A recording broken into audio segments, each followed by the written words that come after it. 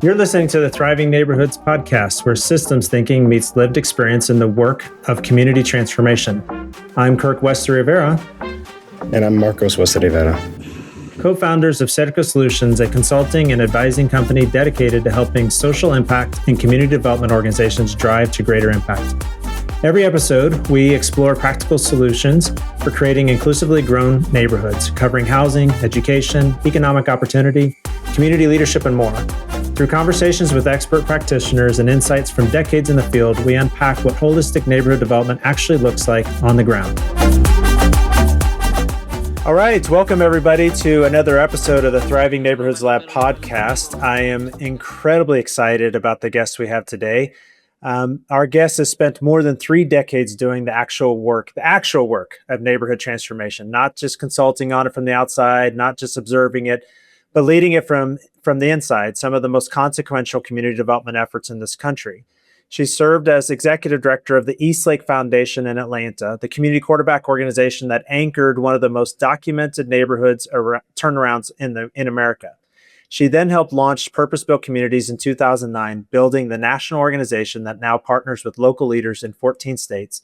And she has served as its CEO since 2020. In 2025, Forbes named her to its 50 over 50 list in the impact category. Carol Naughton, welcome to the Thriving Neighborhoods Lab podcast. Thank you, Kirk. I'm delighted to be here with you. I didn't include in that introduction, just frankly, the role personally, Carol, that you've played in my life. You've been a pivotal figure, just a thought partner. As you know, this work can be very challenging and lonely sometimes, and trying to connect with people that can just simply say, we ain't got that figured out yet either, Kirk. and to be able to just, brainstorm and think through this incredibly challenging work, but very worthwhile work, which is really advancing the lives of people through neighborhood revitalization. And so I couldn't think of a better guest to come on that really kind of comes at the back end of this initial series, where we're trying to really communicate what this work takes.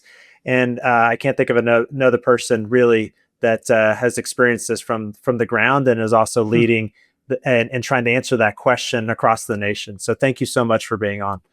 Well, thank you. Like I said, I'm thrilled to be here with you. This is, I think, a really important topic, and I'm excited to just have this conversation with you. Well, let's dive in a little bit about your own history, just so those that don't know you, and if they don't, they've been living under a rock. But let me just give an opportunity for you to share a little bit about how you came to this work, and what shaped your understanding of what it actually takes to transform a neighborhood. Yeah. Well, thanks. I started my career as a commercial real estate lawyer here in Atlanta, and worked at a couple of really big, fancy pants law firms here in town, and I learned how to be a really good lawyer, and it just wasn't what kind of floated my boat at the same time. And I recognized that people around me, some of my colleagues, were really excited about the work they were doing, and I never felt that same energy. And to me, that was a signal to say, are you really in the right place doing the right work? And actually, I had a couple of clients, I want to say back in 1994, whose purpose was different than most of our commercial real estate clients. I did some work for both Spelman College and then a small private school in Atlanta that worked with kids with learning disabilities. And even though the work was very much the same work that I had done for other clients, being connected to their purpose really mattered to me and inspired me and got me thinking about what I wanted to do. And then when I was pregnant with I found out I was pregnant with my second child the night of the O.J. Simpson's Bronco chase. Oh, wow. And I was on the board of governors of the State Bar of Georgia, was at the State Bar meeting down in Savannah. And while all my friends who were there were in my room watching TV, watching the slow roll chase through the streets of L.A., I was in the bathroom throwing up, which is how I found out I was pregnant. And that's relevant here because I spent most of the next 6 to 9 months in bed. I was really sick. I had the kind of morning sickness that used to kill people. I got pneumonia on top of it. And what that forced me to do was to slow down. And I had to stay in bed. I couldn't read. I couldn't really talk on the phone with any kind of consistency. But what I could do was listen to CNN, which at that point was 24/7 O.J. Simpson. And what my takeaway from that was how fundamentally different Black people and white people perceived that crime and O.J. Simpson's role in it. And it helped me appreciate in a really granular way the different kind of experience Black people had from white people with the legal system particularly. And as a lawyer, that's where I started. And that got me really thinking about, well, what should I be doing with my life? Where with my skills as a commercial real estate lawyer, what can I do to help, create a world where that minimizes the differences and creates more opportunities for people to see one another as, children of God and more in common than different. And when I came back after Maggie was born, I found out about a job at the Atlanta Housing Authority, and they were looking for a deal lawyer, somebody who could help create the legal and financial model to do mixed income housing. And I knew the woman who was the general counsel there from bar activities. And I called her that day, went over and had an interview with her. She said, come to a board meeting before I make a decision. And I went to the board meeting and it was pretty chaotic. It was really chaotic. And I said, man, this is for me. And I signed up, and 2 weeks later, I started my work at the Atlanta Housing Authority, expecting to be just working with real estate developers and HUD and lenders to figure out how do we finance this work. But very quickly, I was invited to become part of the planning committee at East Lake Meadows and Techwood Clark Howell and other places. And it were those invitations particularly were the ones that really changed my life, both personally and professionally, where I got to work hand in hand with residents in the public housing communities, with the real estate developers who are the housing authority's partners, with other leaders at the housing authority to really figure out how together we might be able to create a new approach to strengthen the communities where the public housing developments existed. So families who live there were no longer marginalized, isolated, or warehoused, which is what really had been happening in public housing, not just in Atlanta, but around the country. And that then led to the formation, I guess the success of that, right, led to the formation of purpose-built communities. It did. Let me give you the interim Yeah, steps. please. One of the projects that I supported was the revitalization of the East Lake neighborhood. So every week, every Monday afternoon at 4:00, the CEO of the Housing Authority and me and sometimes other people from the Housing Authority would go out to a planning meeting at East Lake Meadows. And we'd meet with Eva Davis and the other members of the planning committee and their lawyers and all of the other folks who were trying to figure out how we could revitalize this neighborhood in a way that, again, would create real opportunities for the families who live there. And one of the organizations who was there was the East Lake Foundation. And that was a new organization that had been created by the Cousins Family Foundations to try to work side by side with all these partners to revitalize the neighborhood. And the founding executive director of the East Lake Foundation was Greg Giornelli, who just did a magnificent job trying to figure out how to bring resources from the philanthropic community to East Lake in order to support the revitalization work.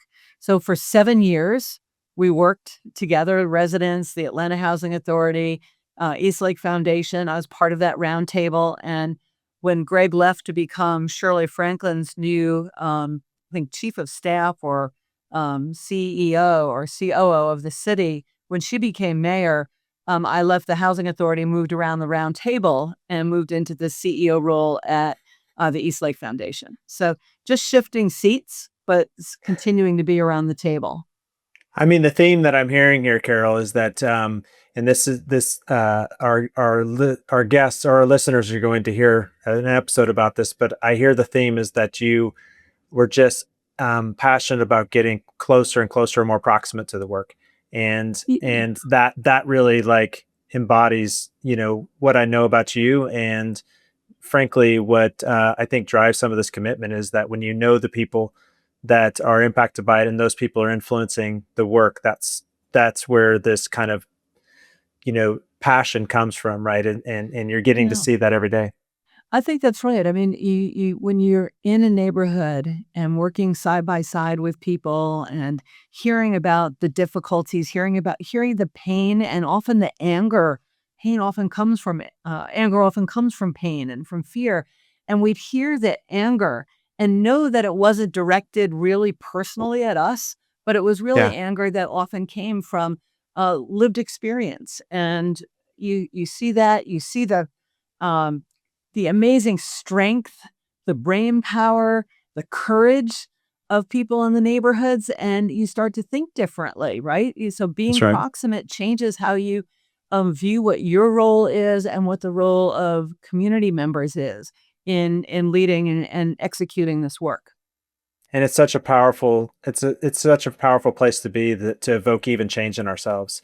I mean, Really, really, I can hear that the thread of that transformation in your own mindset, in your heart, and those types of things. That it's just, yeah. I don't want to give away our episode at the very final one, but it's you yeah, you touch on a very yeah, important subject around, just how proximity not only creates that perspective, but it's just a yeah, it's just such a powerful force to change our own thinking and change our it own is. understanding. And I would tell you one of the things that I've loved about being at Purpose Built is working with leaders around the country and watching them go through that same change, right? You can tell them it's going to come and they don't believe you, right?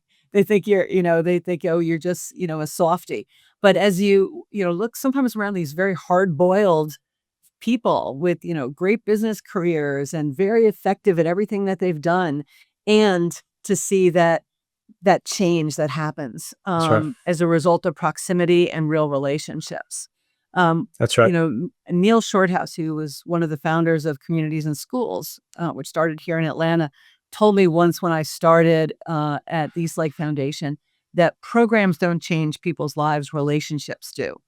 And Yeah. sometimes the program is the way you build that relationship. It creates the opportunity. But I absolutely believe that, and it works both ways, right? That's my message is that it may change somebody's life in one place, but it also changes my life too. So there's a mutuality there. Well, you're absolutely right. I mean, I often say, like, I entered into this work, really with this kind of white savior mentality that I was going to change the world. And there's no doubt in my mind that the most profound change has actually happened in myself and in my family and the people Yeah, around us, in terms of just understanding the tremendous beauty and strength yeah, and just drive that was in these communities, and in my community specifically. I'm forever indebted for the impact yeah, that it's had on us. yeah, When you think about this long game, right? Because this work, obviously, what we've signed up for is kind of that old adage that we're planting trees sometimes of under whose shade we will not sit under. And that's okay, right? Because that's part of yep, that kind of that's right. generational work. But when you talk about the long game in community development, what does that actually mean in practice? What does that 20-year plus commitment look like on the Yeah. ground for an organization, community, or funders? Yeah, so thank you for raising that. It's really important. I mean, the work that we're doing right now is really trying to heal, in some ways, 400 years, right, Hmm. of nefarious policies and practices that were designed to make life harder for Black and Brown people. And so, we'd be fooling ourselves if we said, "Oh, in 3 years, everything's going to be fine," right? This is long term work. One of the great honors of my life was working really closely with Shirley Franklin, who was the former mayor of Atlanta. She was the board chair and CEO of Purpose Built for many years. And one of the things Shirley taught me as a mayor, she wanted to be thinking in terms of 100-year, right? Think about your city. What is it going to need over the next 100 years? And she Hmm. would say, yeah. And every time I'd say that, people would say, oh, that's too long. We can't think about that. People's heads will explode. You But got you she's got four. right. Right. She's right. And so she would pull back and say, okay, let's talk in a 50-year term.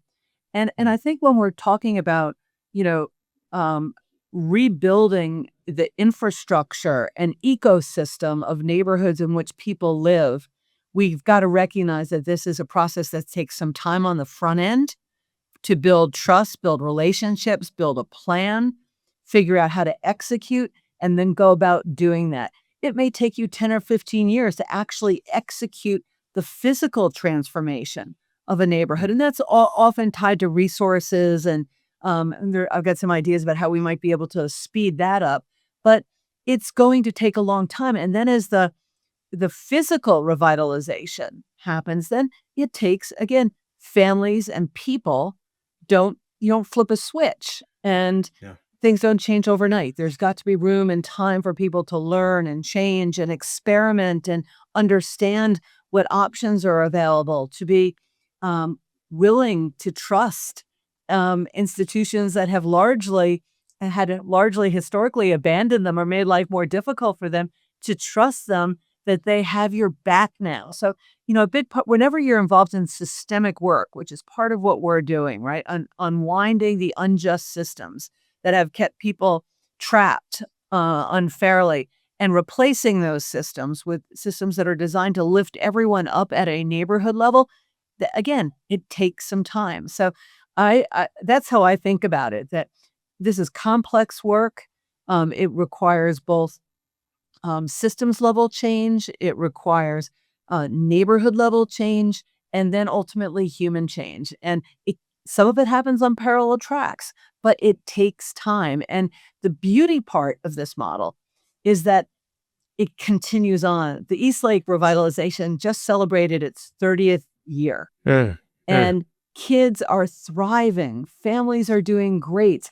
And the East Lake Foundation continues to evolve its work. Its mission has remained the same, but what it does changes now because the needs of the community are different today than they were 30 years ago.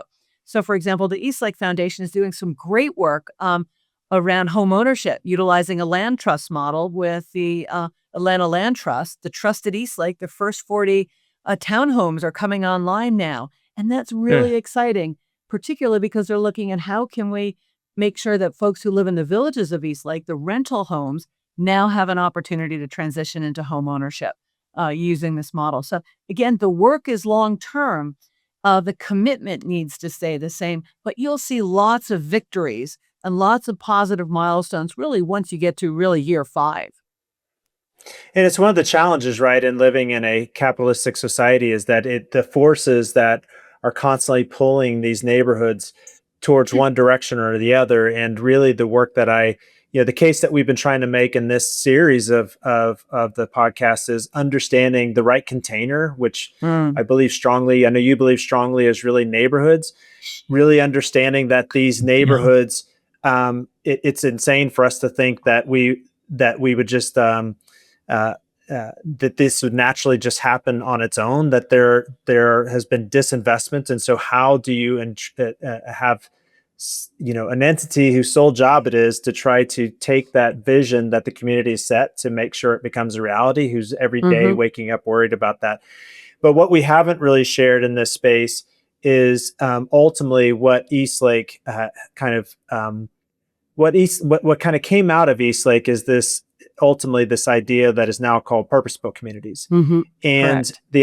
and it was taking all of the critical elements and not trying to replicate exactly what East Lake does, but saying, what are those critical elements?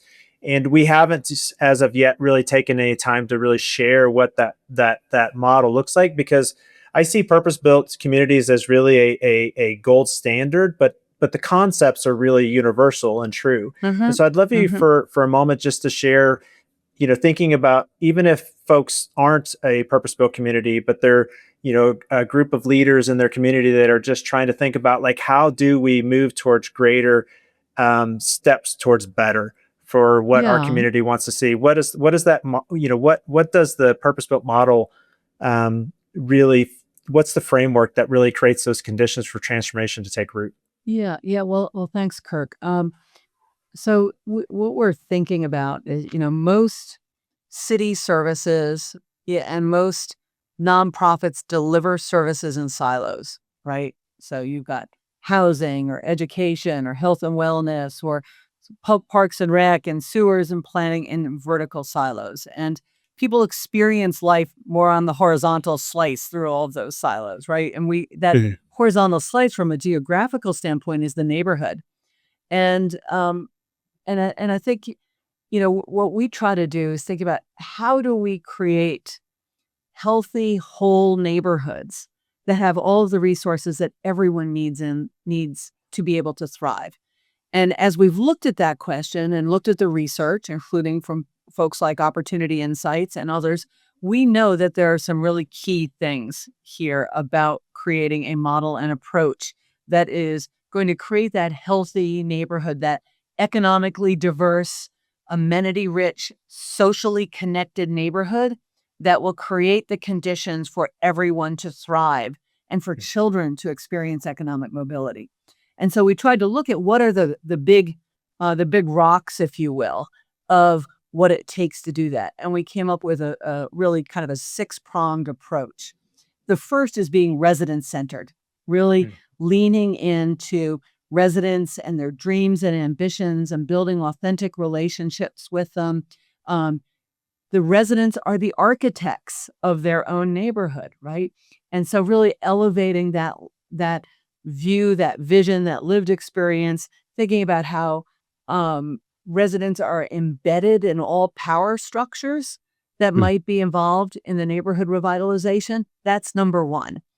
The second piece is really kind of the what you're going to do. And in our approach, we think about four big bodies of work that are around the what. One of which is high quality mixed income housing.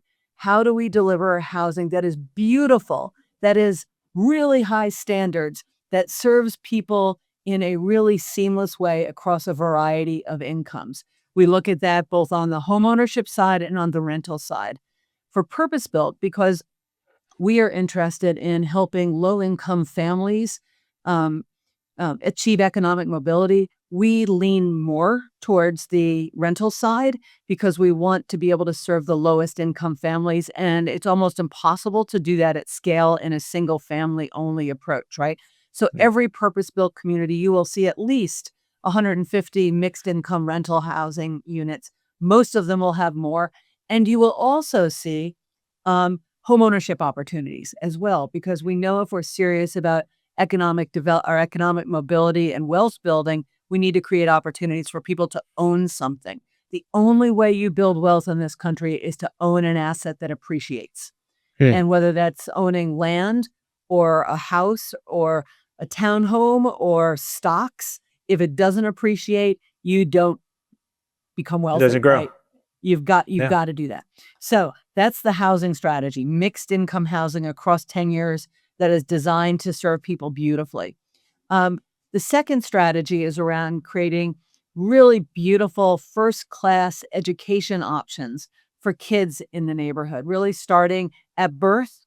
Jack Shonkoff would tell me, we're starting before birth. We're starting earlier than that. We're starting in a prenatal phase, and he's not wrong, right? Heard a little bit about that from Doug earlier too. Good. Yeah.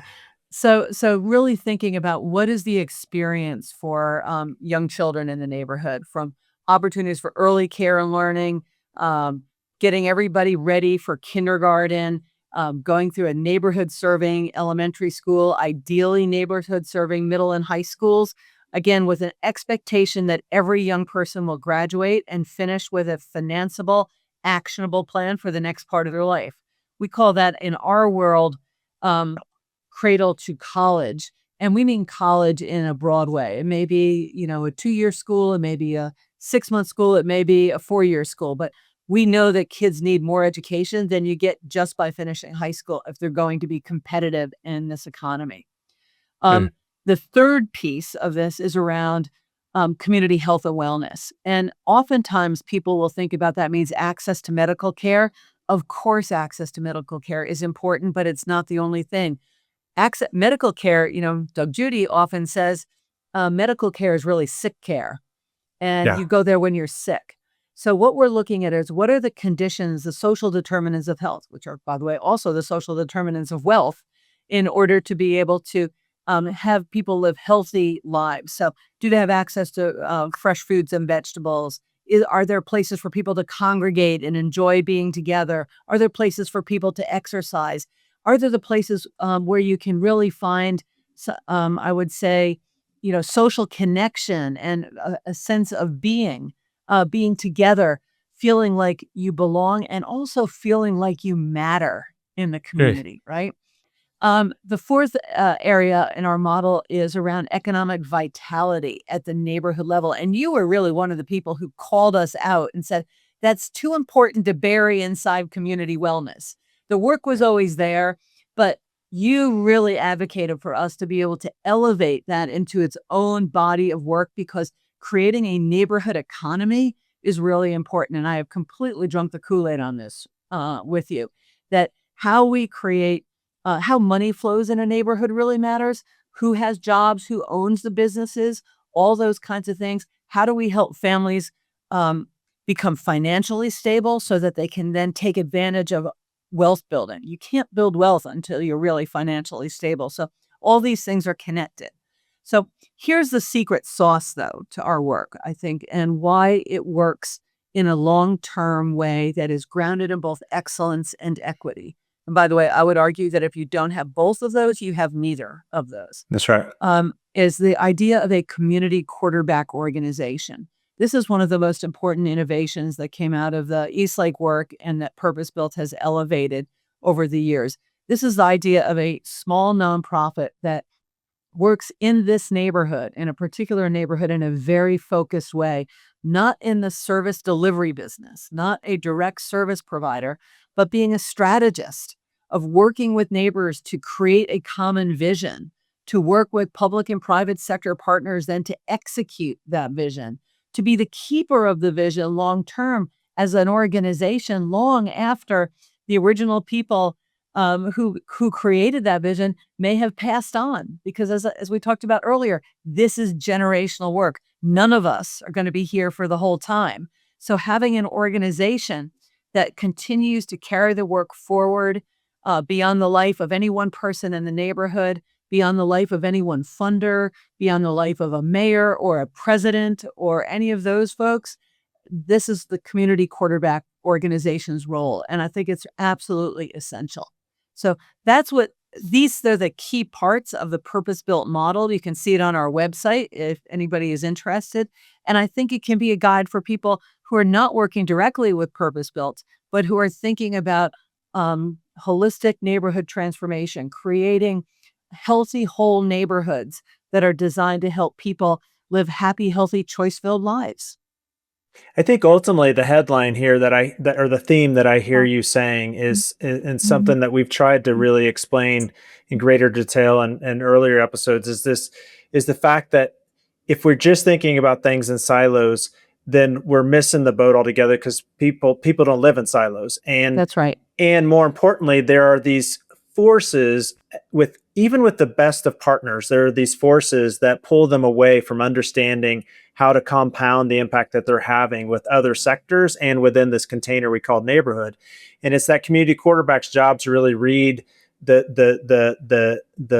dance floor, so to speak, and try to really organize and choreograph, really how things need to advance the vision that the neighbors had all along, right? And if That's nobody's right. tending to that vision, the naivety I think that oftentimes we hear that somehow it'll happen if you just put a bunch of good partners together, that's just not how it works, because they go home or they go back to their office and they're thinking about whatever it is that they need to address for their organization, and it's almost never dedicated to advancing what that vision is for that particular neighborhood. Even entities as well-meaning as housing authorities and whatnot. Absolutely. It's just Absolutely. it's just build the houses.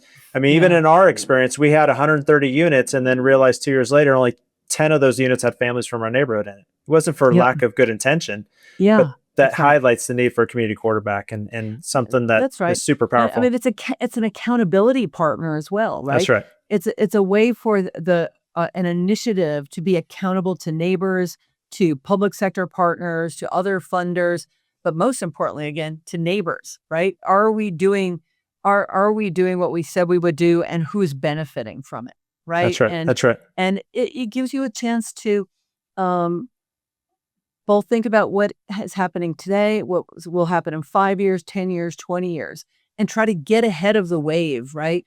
The wave of investment that might come down the road, the way of people as the neighborhood becomes more successful and people start to thrive there, it becomes a place that other people who would not have looked at that neighborhood a few years before go, oh, this has got a lot of things I'd like, and think about moving there.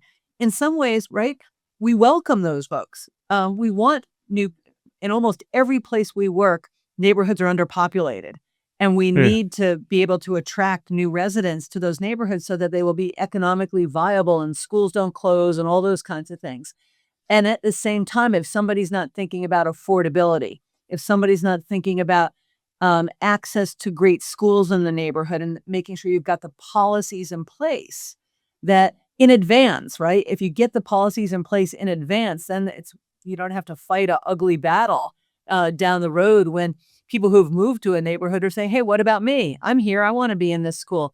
So, for example, in Eastlake, the Eastlake Foundation partnered with Drew Charter School to make sure that kids at Drew Charter School or kids in the Eastlake neighborhood, and particularly economically disadvantaged kids, would have the first opportunity to get into Drew Charter School. And we're able to get the state law changed and regulations Hmm. changed in order to prioritize that.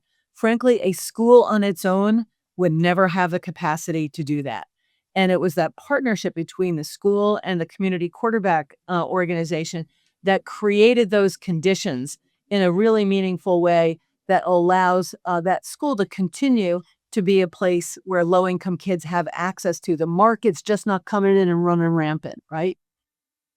No, I agree, and it definitely, continues again to make sure that there's that accountability. And I think in our That's right. schools, right, oftentimes, and this isn't putting blame on school systems per se, but public systems in general, often the force that pulls them away from this work is parity.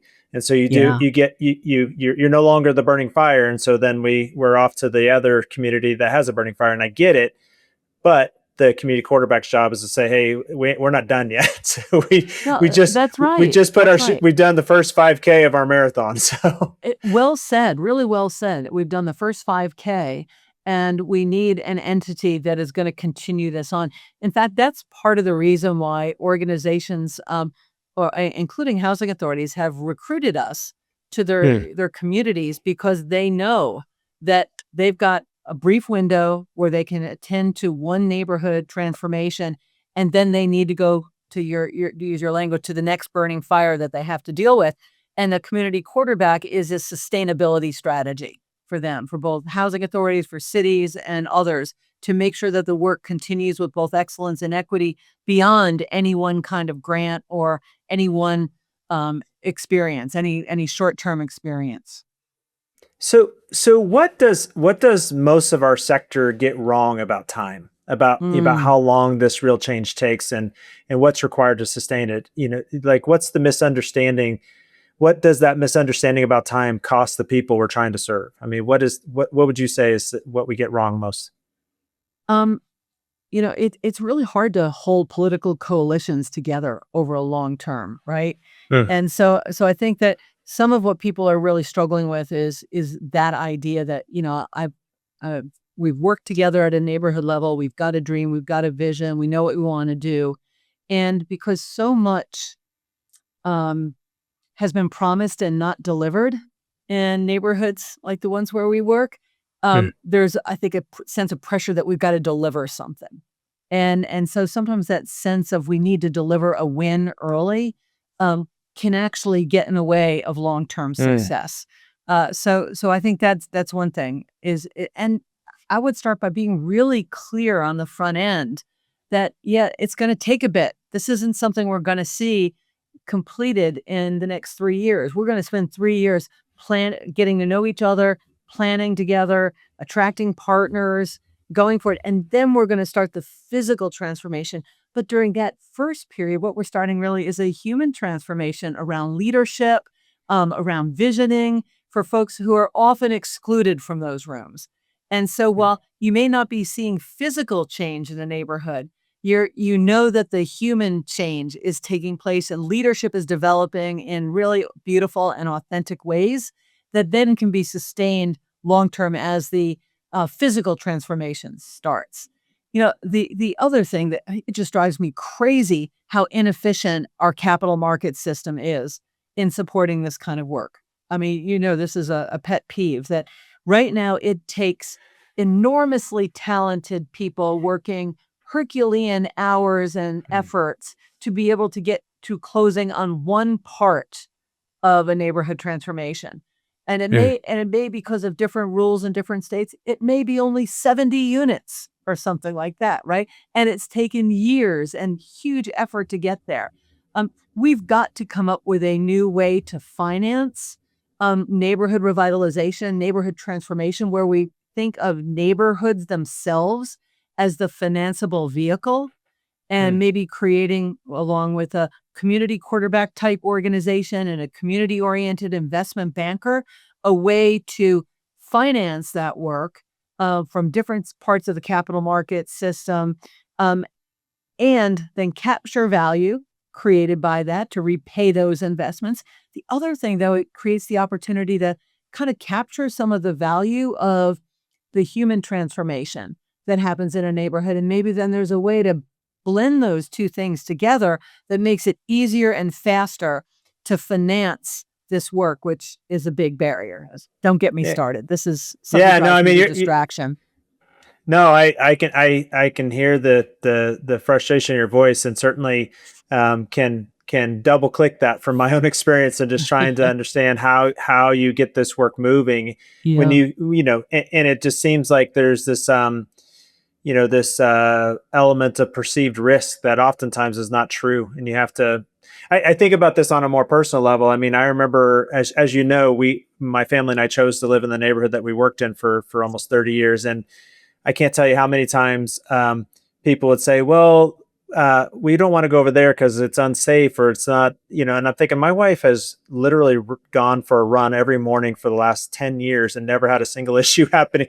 It's this perceived risk, and I think it's so profound in the finance sector that sometimes I find it to be the biggest barrier. I mean, I know when we did a loan program with our Latino residents during COVID, 98% of them had a repayment on time and on track. Yep. It's like the bank was just like sidelined. Like we don't even have that with our general population. So it was like, I'm telling you, it's not a problem, but you're absolutely right. We've got to figure out a way to really, crack the code on releasing some of these markets and obviously guided by a community quarterback, so that at the end of the day it's advancing the lives of our people. That brings me to my next question that you've tapped on a little bit, but what do practitioners who want to play this long game need to understand that doesn't get said out loud enough? I think there are a couple of things. The first thing I would say is you've got to build these authentic relationships, and just being proximate is part of it, but you've also got to show a little bit of your own vulnerability. Yes. That's how people get to know you. When I again started working in community neighborhoods, people originally saw me as the lawyer for the housing authority, and they thought they had a vision about what that meant about me. And a couple of things happened over time that weren't necessarily planned, but helped me appreciate the value of letting people see a little bit of my life and the messiness and the complexity of it. One day I had promised to take leaders from East Lake Meadows on a tour to go look at some housing around Atlanta that might be part of the offsite replacement housing strategy for the revitalization of the East Lake neighborhood. And I had promised to do this. I had a van reserved at the housing authority. I was getting behind the wheel to drive that van out to East Lake Meadows. And I got a phone call from my son's school, and he was like in kindergarten. And they said, he just threw up. You've got to come get him. And my husband, who could usually manage those kinds of things, was in a place where he couldn't. And so here I am stuck between my sick son and the promise that I've made to people people who've made promises to before have broken time after time. So I raced in the van up to the neighborhood school where my son was. I ran in and picked him up. I said, "Sweetie, how are you feeling?" And he said, "Oh, I feel better now that I threw up." And so I threw him in the van, and he came with me out to East Lake and on the tour with the neighbors. And they just loved all over him. They were so sweet to him. But I think what I think the real takeaway was that I kept a promise when it was hard to keep the promise, and that my life was messy too, just like theirs is messy sometimes. That, unexpected things show up and we deal with them the best we can. And that little bit of vulnerability, I Mm. think made a difference in kind of building relationships. And I've got other, instances like that when I look back and say, oh, this was something that changed, right? There, I could see a shift in how people thought about me. Not like I had, that I was a regular person with some of the same kinds of challenges that they had. The same way I've realized that we were a lot more alike than maybe I had thought when we first started building a Mm. relationship. It reminds me of a pastor once said, who lived in community with his folks. He said, we I challenge you to get close enough to the pain of the world to let it affect you. And that really Mm, speaks to proximity. But I also mhm. think what you're describing is being vulnerable in those moments to allow trust and a sense of humanity to really be elevated to the top. And that's really what creates those connections that when there are moments that are really testing that relationship or testing that resolve, I have found personally it's that trust and it's that connection that ultimately prevails, and it's the thing that gives you the benefit of the doubt whenever you're at a meeting and they're concerned about a certain path. But it can't be highlighted enough, how trust is critical to this work. Yeah, and that's right. and it doesn't just come because of a title or a because you work for a certain organization, and an That's right. organization has to earn it pretty regularly too. That's right. And you can lose it like that. Yes, you Um, can. And you can as you were, repair it too, and you can you repair it can, too. you And it's can. I mean, you lose it quickly, and then you have to start repairing. And this is my next point that practitioners, I think, need to be mindful of. We gotta say when things go off the skids, when things go wrong, or you don't get the thing you thought you were going to get, you need to tell people and tell them soon and tell them straight. Yeah, that's right. and not try to not try to candy coat it. Um, That's right. if you didn't get the tax credit deal that you thought you were going to get, it means you have to wait a year on your housing. You just got to be honest with folks. If Yeah. if something has changed and there's another priority that came up from a city and the city can no longer make that commitment, you've got to tell people, and you've got to create space for people to be angry and hurt for a minute. And then we can, figure out, then we can, you know, pull ourselves back up and start working on plan B. So, the only thing I know for certain is that things will never go as planned. And so being able to adjust and be nimble and be honest about when you've got to pivot is something that I think would be helpful for folks to practitioners to know that things will not go as planned. You need a good plan, but as Mike Tyson said, everybody has a plan till they get hit in the mouth. Um, Yeah. you're going to get hit in the mouth, and you're going to have to be nimble and make adjustments, and that's okay. And I think too, I know you're speaking about that understandably so, mostly in light of your relationship with community, but I also think it definitely applies on the funder situation too, funder relationships. And I've just found, just I think the funders that I've worked with, I think find it a relief just to be told, hey, things didn't go as we had planned, and here's why, and here's how Yeah. what we're doing, and being active partners in that space, I think goes a long way of just being very candid, like that we Yeah, haven't I figured it I out yet. agree. I agree, and I wanna I mean, actually, I want to give it a shout out in some ways to the funding community. I think they have moved largely more into a position of what have we learned, Mm. right? Not was it perfect, and did you Yeah. get it 100% right the first time, but what have we learned, and what kind of changes do we all need to make going forward, including funders? Yeah. And and that's really important. And I want to give a Yeah. shout out to the funders who are recognizing this takes a long time and creating the runway, the time runway for a community quarterback to be able to do this work is critical. A well-funded community quarterback is a public good. And funders who invest in a community quarterback in their general operating dollars are creating a public good that in the long run is going to create more opportunities for the folks that the funders actually care about at the end of the day. Well, Carol, we could go on for a long time on this. Honestly, I know. I always look forward talking to you about this, Kirk. No, listen, I always look forward to our conversations together. They have been some of the most meaningful conversations of my career. And I know we have had many, many, many heartfelt conversations, intellectual conversations. I can't just thank you enough for the role and impact that you've had on my life.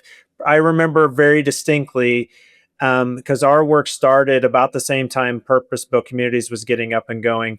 And I remember being exposed. I think I heard you at a conference of somewhere, and I pulled you aside, stood in the line afterward and started talking with you. But that led to a visit and several years of us just kind of understanding, getting to know. But it was such an anchoring relationship for me to be able to have, as we were kind of exploring, trying to figure this out. As you know, I was just busy managing a counseling firm and was asked would I be willing to lead this work. And of course, this is in my neighborhood we've been working in for 12 years. So I was like, I don't know what I'm doing, but I'm going to give it a shot. But I will say that Purpose-Built Communities, and more specifically yourself, played a very powerful role in encouraging me to learn and understand the complexities of this work. And it was just cool to be able to also see that you were learning alongside me as well. I mean, it wasn't that it's not over, that we're constantly learning that way. And I want to, at risk of making this sound like a mutual admiration society, I want to acknowledge, I think those conversations were absolutely just as helpful to me, because I think they were always intellectually honest and rigorous and brought in different concepts for the two of us to wrestle with. And I think together they made us both better. So thank you for that. Thank you so much. So for the listeners, please share where they can find more information around Purpose-Built Communities, and if they want to learn more, how to do so. Sure. Take a look at our website at www.purposebuiltcommunities.org. We've got a really robust website, lots of good information for you there. I think that's the first place to start. That's where I would send folks. And I know you guys are working on a path to try to understand how you can spread the information in a much more broader way. So I think stay tuned to Purpose-Built Communities for many more things to come, because I know you guys are busy working on how do you spread the love to more and more communities across the country, because I know you know this very well as much as I do, that communities and leaders are just desperate for information and knowledge. And it's exciting to see, this understanding about how powerful neighborhoods are. But I also know that there's a desperate need for information out there. And I'm glad that you guys are going to find that. We are neighborhoodists, right? All of us, we are neighborhoodists. We look at neighborhoods as really important engines of change, because what surrounds us shapes us. And for 30 years, I've been shouting neighborhoods, and now people are finally going, oh, neighborhoods. So it's a great time to be a neighborhoodist. Well, thank you so much for your time today, and I so appreciate this opportunity to add you to the list of amazing people that we get to share with our listeners. That was my pleasure. Thank you.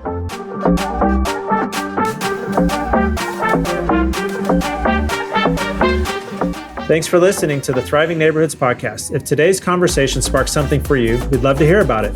Connect with us on LinkedIn or visit us at cerca.solutions, that's CERCA.solutions, to learn more about how we support community quarterbacks and organizations committed to high impact efforts.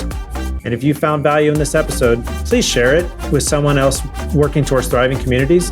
Every conversation moves us closer to the change we need. Thanks for listening. I'm Kirk Wester-Rivera. And I'm Marcos Wester-Rivera. And this has been the Thriving Neighborhoods podcast. We'll see you next time.